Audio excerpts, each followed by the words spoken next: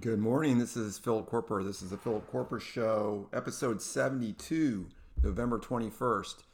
Want to start off about, I think, what makes Donald Trump such a wonderful president of the United States and what a wonderful politician is that he does not really apologize. Okay? When we apologize, when Republicans apologize, the Democrats will just tear us in pieces. They shred us. And we lose everything. For example, remember Al Franken when he apologized about that picture of him mocking, groping that person on that airplane, that Air Force airplane. He apologized. Oh, they shredded him to pieces. Megyn Kelly, same thing. She apologized. She's fired. Really standing up to a lot of this crazy talk is really, I think, so important. And I want to use this example of this race in Mississippi. Tad Cochran, for health reasons, is stepping down, and so there's a special election. And so the Republican senator, her name is Cindy Hyde Smith. All right, so she's running for this state, for the Senate spot, and she's going against Mike Espy.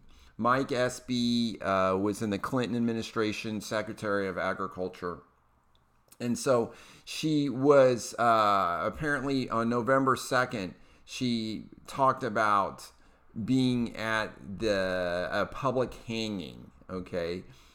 And so she's apologizing now for this remark. And Donald was asked about this yesterday before he left on his Thanksgiving break. And he said that she felt bad about it and that she just said it in jest. He kind of blew it off. I know Donald would have never apologized for this. Okay. And so she... I think it's just digging herself in this hole. And I don't think the left will not accept this apology, okay? They will just use it against her. And so she mentioned she's a local rancher, and she was saying, she was praising a local rancher, and she said, if he invited me to a public hanging, I'd be on the front row. Okay, so she's just expressing, this is just like a cliche almost, of a statement of enthusiasm that she would really be there. Okay, Americans used to really like public hangings. They were really a big deal. Americans still get into some of this stuff. Look at social media. Look at some of the reality shows. Things like this are fascinating to humans. And they really are attracted to this stuff like moths to a light. So, not such a great thing. But this is just an expression, and she was just jesting. I agree with the Donald. And so for her to go into this big apology on this thing, I think is really silly. These are silly little things, and when people mock this apology, I mean, I think it just looks so fake. And I think the reason why the Donald is so popular is because he is so transparent. He is so real. It's not a bunch of doublespeak. He is just blunt and to the point. Americans love that. They will give him credit. Even when he makes mistakes, even when he makes typos on Twitter, he is being direct and clear and forward. And I really like that. So Donald's going to go campaign for her, Cindy Hyde Smith, down in Mississippi. He's going to help her. And so anyhow, she put out a statement. She says, there has never been anything, not one thing in my background to ever indicate I had ill will towards anyone. Okay, see, she is lost the debate. This is all they're going to take from this. Okay, she's apologizing. She's being defensive. This does not work in our modern day political world. Does not work. And so then she goes on. I've never been hurtful to anyone. I've always tried to help everyone. I always recognize that this comment was twisted and it was turned into a weapon to be used against me, a political weapon used for nothing but personal political gain by my opponent. That's the type of politics Mississippians are sick and tired of. I just think, I wish she could just go back. Okay. Now, of course, saying a statement like that can be possibly inflammatory. Probably, the left is just going to go crazy on something like that. Remember when Ron DeSantis said something about, those things make me like, something about monkeys, crazy like a monkey. Or I can't remember what DeSantis says. Some expression like that meant nothing.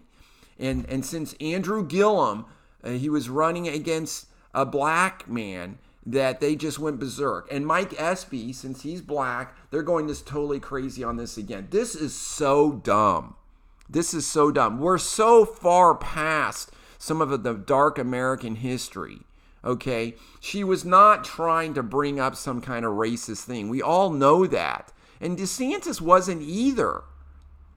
It's just totally exaggerated, totally frustrating. So I am so tired of this political correctness. And if she says something a little bit like that, I mean, just go on. Just go, hey, that cattle rancher guy is awesome. Totally awesome. Just stay on point. Double down on what she was trying to say rather than going back into this big apology tour. I mean, this is a Fox News article that I'm reading. And it reports, but the remark in the video struck a nerve with many in Mississippi. Okay, like Democrats, right? The Democrats, which has a history of lynchings. Oh, really? How many of those young kids growing up in Mississippi know even anything about lynchings? I bet you those millennials, they don't even know what a lynching is. I bet you they have no idea what a lynching is. And then the article says, and Walmart asked her to return a $2,000 contribution to her campaign.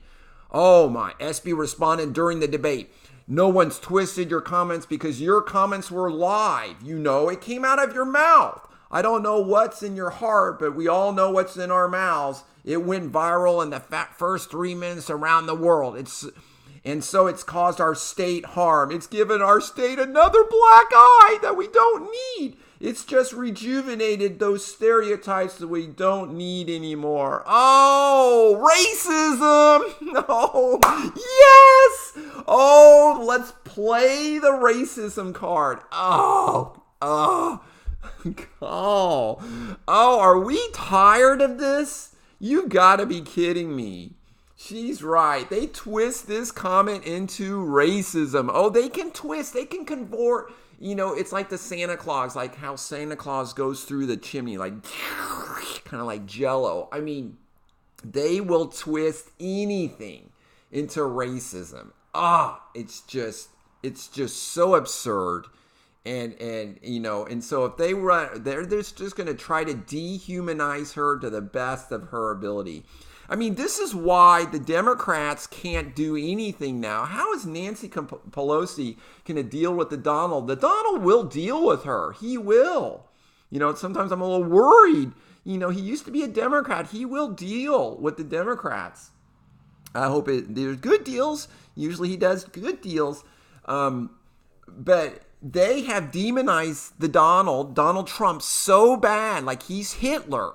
So now they have just put themselves down into a little rabbit hole. They can't do any kind of political negotiation with him because he's Hitler. He's Hitler. Okay, they've demonized him so bad that the politics is completely fractured. So anyhow, this is what Mike Espy is doing to his opponent. It's so dumb. And she should have never apologized. Okay, the comment was not that bad. The comment was a comment about enthusiasm. And, that's how Americans are going to interpret that. So to twist it into this little, I'm offended thing is so dumb. Mike Espy should look at Dan Crenshaw and how to handle things like this. He is the master at not being offended, not asking for apologies, and just moving forward with good policy.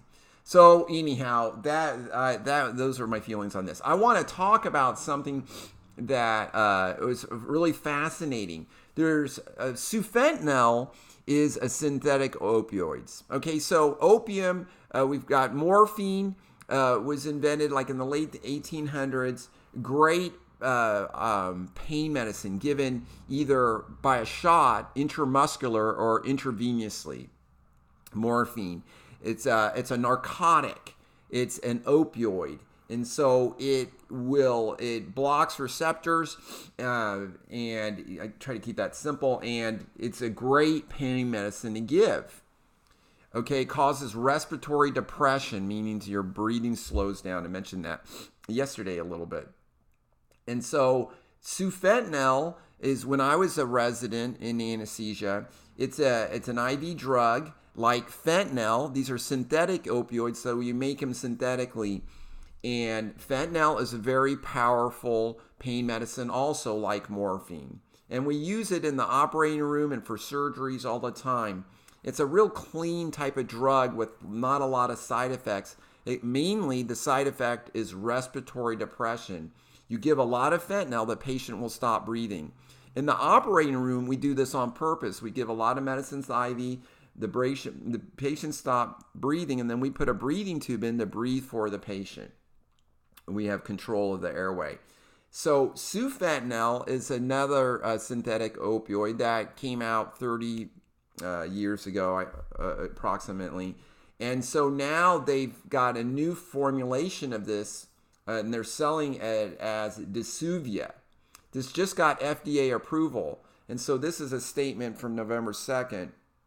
And so this basically is being marketed as a sublingual medicine. Okay, so you put a little bit of this liquid underneath the tongue, and then it gets absorbed into your bloodstream. And so quickly absorbed, and it will fight pain. And so specially designed also for military people who are out in the field.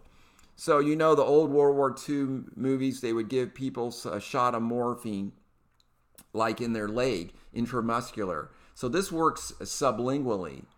And so this statement, it's a formulation of sufentanil that's delivered through a disposable pre-filled single-dose applicator. The medicine is restricted to use in certified medical supervised healthcare settings such as hospitals, surgical centers, and emergency departments. Okay, so you can give this pain medicine without giving a shot and without starting an IV. So that's the advantages. It also can be used on the battlefield. And so, and the FDA statement says, for this reason, the Department of Defense worked closely with the sponsor on the development of this new medicine. This opioid formulation, along with Disuvia, its unique delivery device, was a priority medical product for the Pentagon. So anyhow, it's interesting how this FDA thing starts off. The crisis of opioid addiction is an issue of great concern for our nation. Addressing it is a public health priority for the FDA. You know, sometimes I really wonder, okay, what really is public health? How involved is the government going to get in these things? Now, I know President Trump's really working on the opioid crisis, and I know as Americans, we are just very worried about, how this is really the culture of this drug abuse and all the problems associated. It spills into the government role. I mean, is it really the government's role, to work on something like this? Sometimes I make the argument that no, I mean, these are personal decisions. People are abusing drugs. They abuse alcohol. Is alcoholism, a public health crisis? Is people smoking a public health crisis? They said that the obesity epidemic is a public health crisis. I mean, sometimes I really don't know what that means. What does that mean? The taxpayers have to pay for this? So if I abuse drugs, I'm going to have the taxpayers help me. In some regards, I don't like that. Why would a taxpayer, he might care about these people You know, I'm a Christian. I do care about these people, but as a taxpayer, do I really have to pay for all these people making these poor choices, getting addicted to drugs, alcohol, tobacco? Why should I have to, or food? Why should I have to pay for that? So anyhow, the FDA here is really apologetic. The agency is taking new steps to more actively confront this crisis while also paying careful attention to the needs of patients and physicians managing pain. As part of these considerations, there's been an important and robust public debate leading up to the regulatory decision on Disuvia that merits a response. Okay, so he responds. So anyhow, I am very libertarian, as you guys know, when it comes to this drug war, okay, or alcoholism, or even smoking tobacco, these things. These are personal decisions that usually don't affect me personally, or should not affect me personally. Unless someone blows smoke in my face, which I don't like. I mean, I really don't like cigarette smoke. I could actually, when I'm driving behind a car, I usually can smell the smoke from the other car. When I run in the morning, some person drives by in a car and they're smoking. I can smell it usually. And so it's very powerful. It's annoying, but I understand people should have the freedom to do some things like this. I don't want to pay for their health care, but unfortunately in the United States, we have Medicaid and Medicare, and so I do have to pay for their health care. So that is frustrating for me. So the FDA here is being apologetic.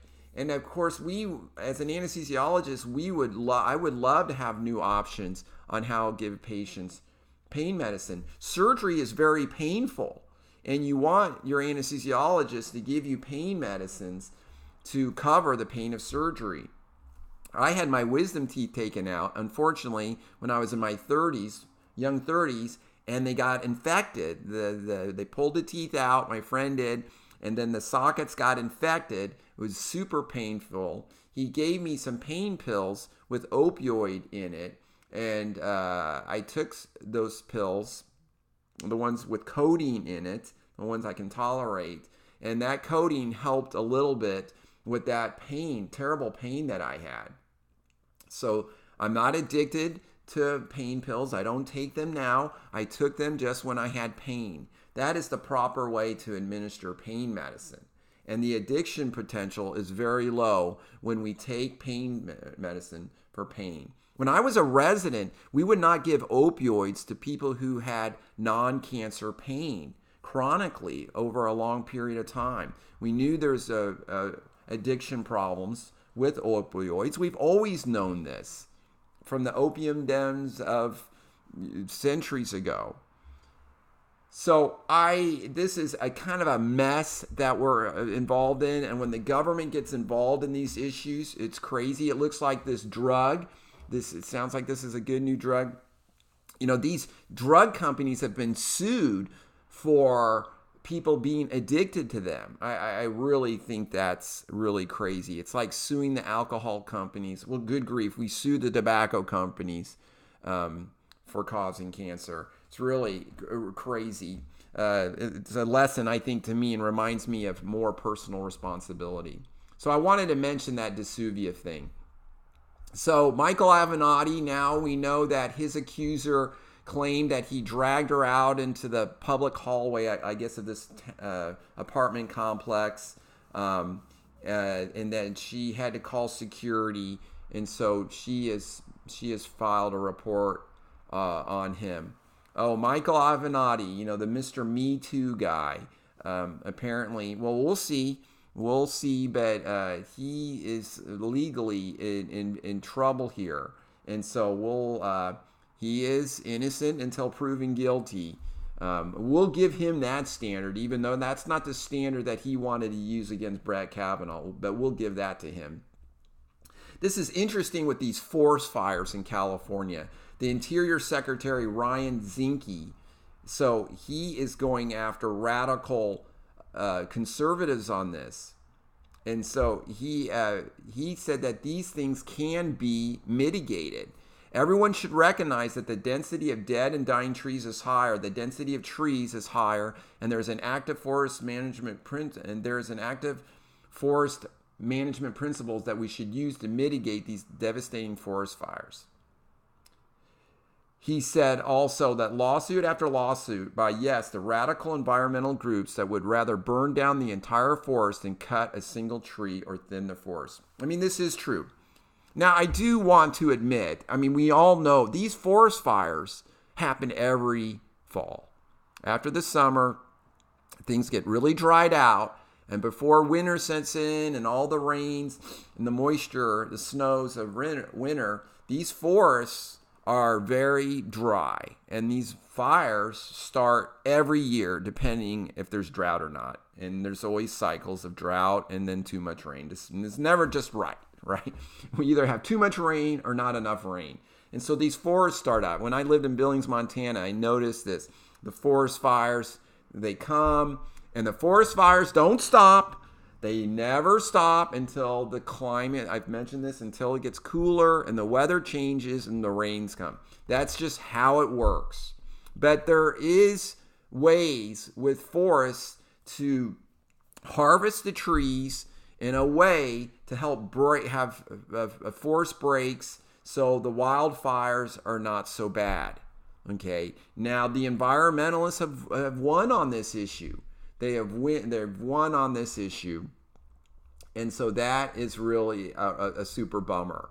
And I wanna mention this great American Spectator article by Dov Fisher, which came out today, and it's entitled "Was Their Only Regret That They Had But One Life to Give for Liberal Memes and Mantras?" So this is a long article. It's great. I encourage you guys to check it out. Burn, baby, burn has become a mantra totally out of control. So he talks about, how California is just a one-party system, and the Democrats have a trifecta in California, a super majority. The Jerry Brown's the Democrat. Jerry, is that his name? Brown is the Democrat governor of California, and they have Democrats have super majorities in their the state Senate and House of Representatives. So it's just liberalism gone amok. It's incredible. And so they will not, they had the spotted owl thing.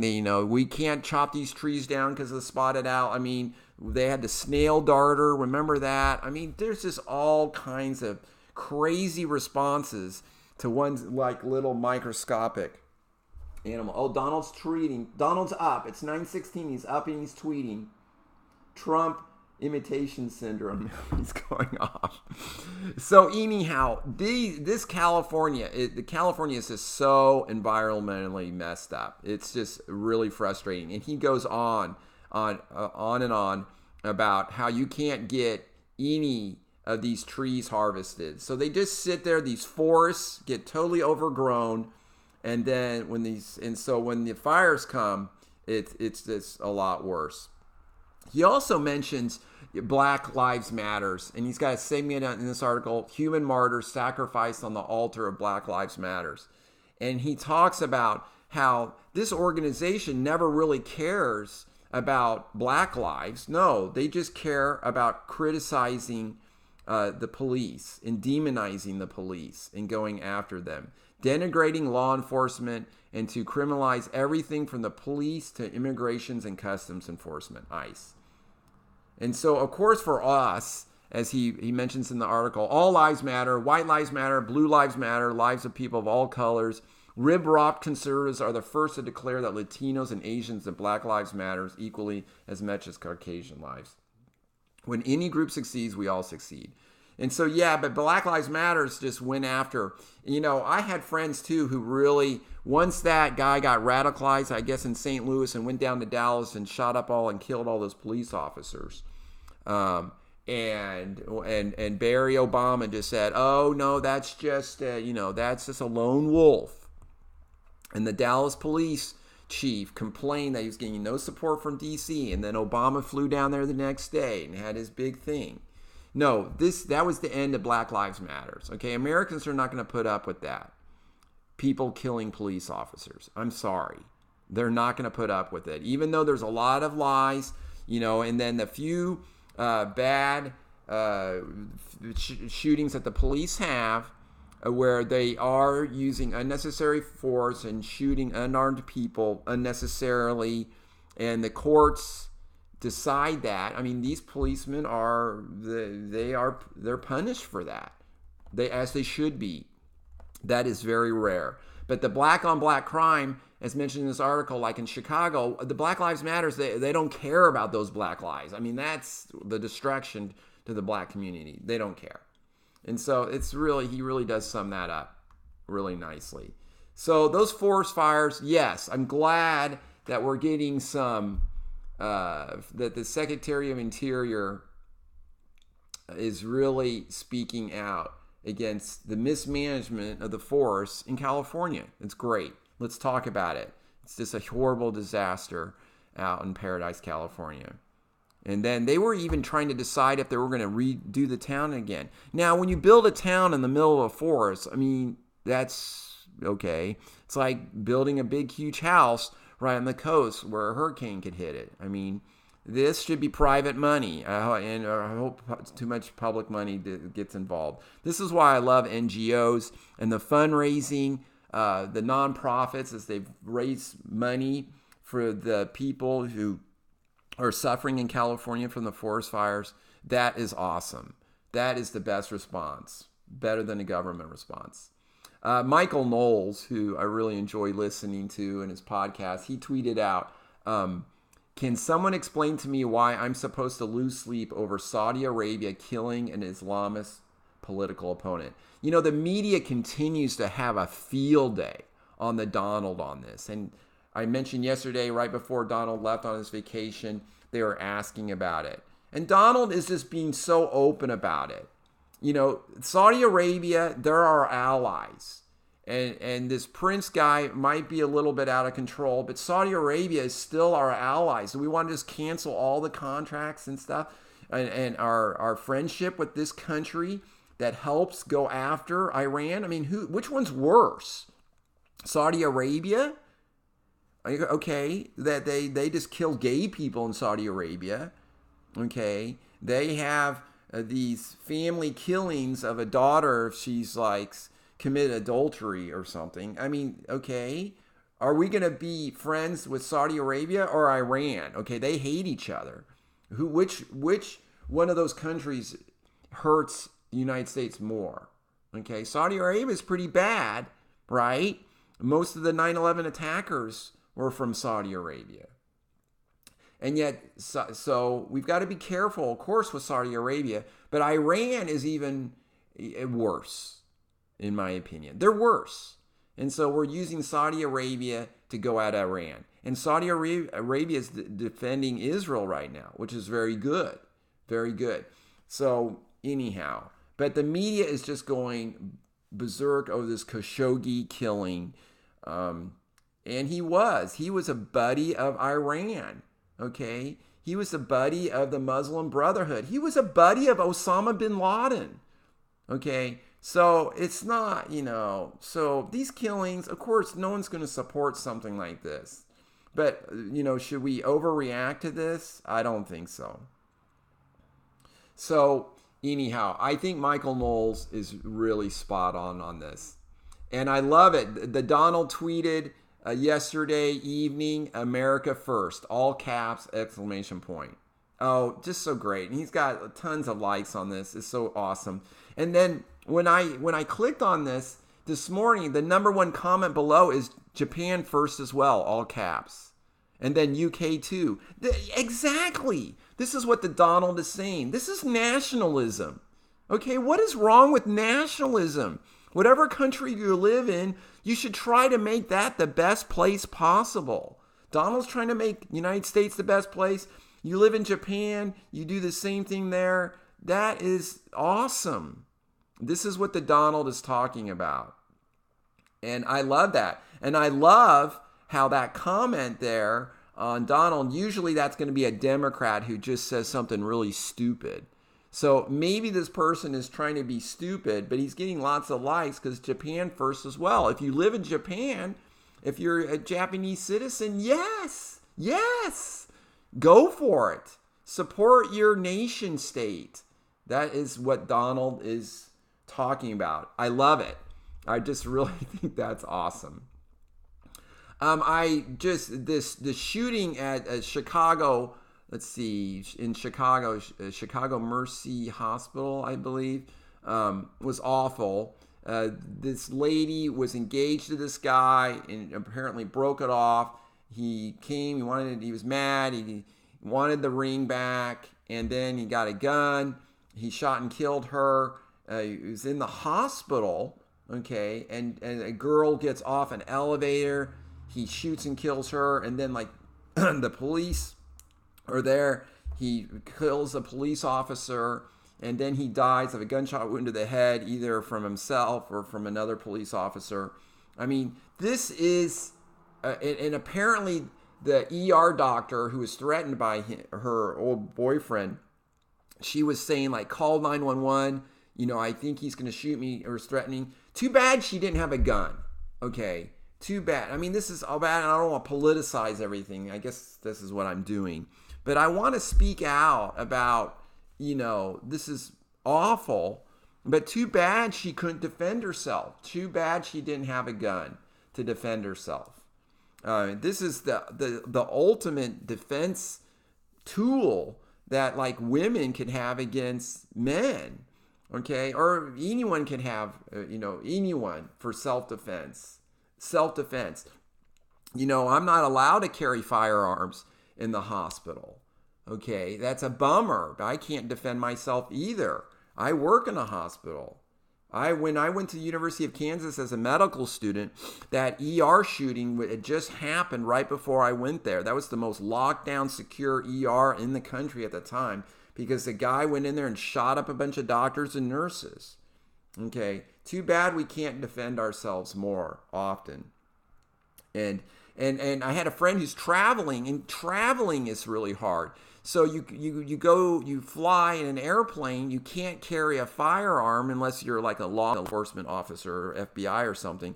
But you got to, as I understand it, but you have to check your firearm in. And very few people do it. It's a hassle. It takes a lot of time. The airline people don't really know what to do with it. They're confused because not very many people do this. And so it's very frustrating. It's very frustrating that the TSA is making this difficult and making it difficult to transport these firearms. I mean, I know people want regulations on this. I'm not advocating that you can always you have a concealed carry permit and just carry that onto an airplane, although I wouldn't be opposed to that. I'm glad that pilots are allowed to have firearms now. So the TSA, you gotta take the firearm out. You gotta put it in a special box. You gotta lock the box. You have to go through all this paperwork. So they don't make it easy to check your firearm. So it's in your luggage, underneath in the belly of the plane. So that's frustrating. That's frustrating. All the opposition to us defending ourselves, exercising the Second Amendment. Candace Owens had a great tweet. Abortion, welfare, illegals. Why is it that progressive policies always lead to regressive results for the black community? The real blackface is white liberals pretending to be on the side of minorities. Blexit. She's really advocating for that. Oh, of course, I want to get to the point where we don't even talk about the color of our skin anymore. It's just really a stupid conversation, in my opinion. It's just dumb. How much melanin you have in your skin is just so irrelevant to me. It's just, I don't care. As mentioned before, I know interracial marriages are definitely on the increase. I mean, this is going to just keep playing out that we'll all look the same, right? We'll no longer, there'll be no more, we'll all look the same. There will be no more races. As we intermarry with one another across the globe, we'll all look the same. That'll be great.